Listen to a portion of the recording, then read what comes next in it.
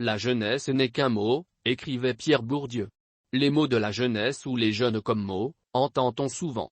Y a-t-il un moyen d'identifier avec quelque rigueur cet objet introuvable?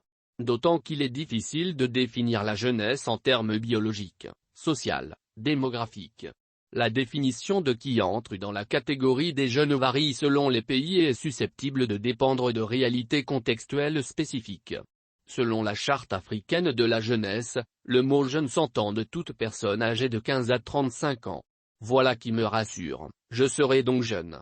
La question selon moi ne réside pas dans une quelconque opposition ou un quelconque remplacement de la gérontocratie par la juvénocratie, ce qui reviendrait à remplacer, vous en conviendrez, une dictature par une autre. Il ne s'agit pas d'une lutte des âges. Aucune génération seule n'a jamais changé un pays.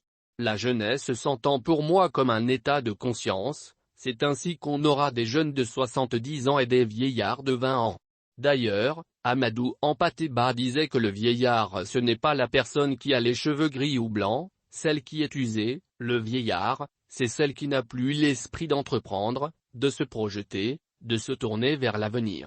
Ainsi, la jeunesse biologique n'est pas superposable avec les qualités requises et les caractéristiques de la jeunesse qui sont, la force de travail, le goût de se projeter, car conscient que sa vie n'est pas faite, l'interconnexion, les interactions, le travail en synergie, la mise en place d'un idéal politique auquel la majorité s'agrégerait, l'apport de visions et idées nouvelles et fraîches dans la sphère politique, la proposition d'une offre politique qui ne soit pas en décalage avec les attentes des jeunes, la propension à se lancer dans une construction avec toute la fougue, toute l'énergie, toute la promptitude en gardant toutefois un œil attentif dans le rétroviseur pour voir ce qui a fait que les gens sont devenus vieux.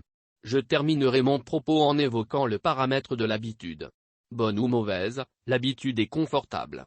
La jeunesse qui elle n'a pas établi d'habitude est disposée à l'élan vers la nouveauté, vers l'innovation en l'absence de repères ou de pensées tiroirs.